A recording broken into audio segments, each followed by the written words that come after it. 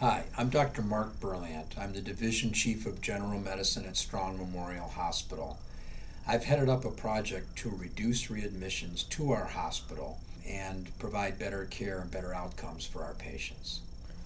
From a patient's perspective, oftentimes the hospitalization has been arduous or difficult because the problems are significant, and to have to come back in and face those problems again just seems so daunting to patients.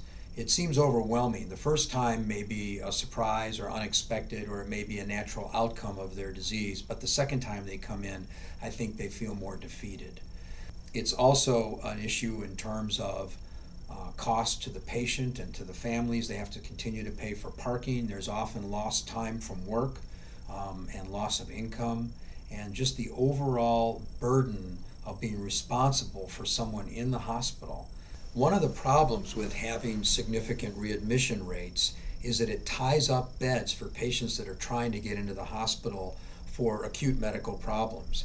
That ties up the emergency rooms. They can't get people in from the emergency room that are qualified for admission up to the medical floors. The first thing we realized in this project is that if you want to prevent readmissions, you need to start early in the index admission. You can't wait till the time of discharge to really prepare a patient and their family and expect them to be able to manage their care on the outpatient side. So right from the beginning, we want to connect with the patient and their committed caretakers and their family and involve them in care. We want to make sure when we talk to families that we use what's called a teach-back method. We ask patients to repeat back what we've said to ensure that they really do understand what's being told. And if they don't, then we need to explain it better. It's incumbent upon us to make sure that patients do understand this. And ultimately, our goal is to empower patients and their families to be able to care for themselves better.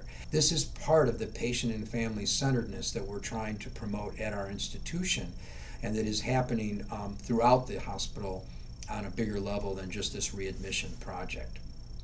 Another thing that is extremely important is reconciling patients' medications when they come in to the emergency room or the hospital for the first time. We need to know what they were taking before so that we can have an accurate list made up of what we want to prescribe in the future. Then we need to reconcile the medications throughout the hospitalization so that when the patient leaves, we can explain not only to the patient and their family, but to their primary care physician what medicines are being prescribed that are new and why we've changed old ones. It's one of the big problems that occurs, that it causes a lot of readmissions, is patient confusion about the medications they're taking or inability to actually pay for their medications or obtain them.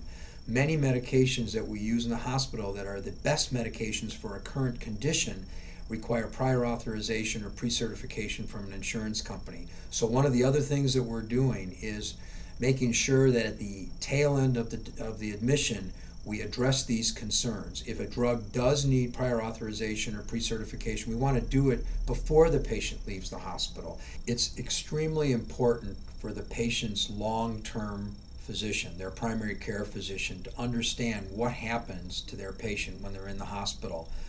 To facilitate this, we've done several things. At the front end of the admission, the PCP gets notified that the patient is there, and we will involve the PCP with trying to get as much information about the patient as possible right from the beginning. In addition, within 24 hours, a stat discharge summary will go to the PCP office, which will also enable them to understand more about what the patient was in the hospital for, what they're being discharged on, and what kind of follow-up is necessary. One of the other important things is that within the first 24 hours after discharge, questions may come up about medications or wound care or particular problems referable to why the patient was in the hospital. We now provide a contact number for that first 24 hours so that the discharging provider is available for consultation.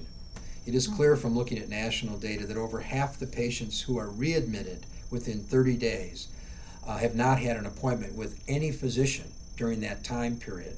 70% of those patients are readmitted within the first 2 weeks. So if we can get a follow-up appointment in a timely way with the PCP, we realize that we'll be able to reduce readmissions significantly. It's very important to have this continuum of care from the discharge to the outpatient appointment and make that transition as seamless as possible. One of the other important aspects of our program is that every patient will receive a phone call 24 hours after discharge. The purpose of this phone call is to see if, first of all, the patient has been able to get their medication and if they are taking it properly or if they have any questions about the medication. Also to see how the patient's doing, if any problems have arisen. And thirdly, to make sure that they have an appointment with their PCP or specialist if appropriate. This phone call may be brief, it may be rather routine, but it could uncover a problem that, if handled over the phone, may keep someone from going back to the emergency room. In no way does this encroach on the relationship between the patient and their PCP, because what we're really trying to do is just make sure that during that critical first 24 hours after discharge, any questions that come up can be answered as simply as possible. After that 24 hours, the PCP will be picking up the care of the patient. One of the great things about being part of this initiative is that the buy-in has been so easy to get from just about everybody that we've touched on this project, from nursing to staff to secretaries to physicians. And the reason we get that type of buy-in is that this is really the right way to practice medicine. All of the things that we have put forth in this project are things that are patient and family centered. They're things that will actually reduce readmissions and increase patient satisfaction and overall really improve the quality of care that patients get in our institution.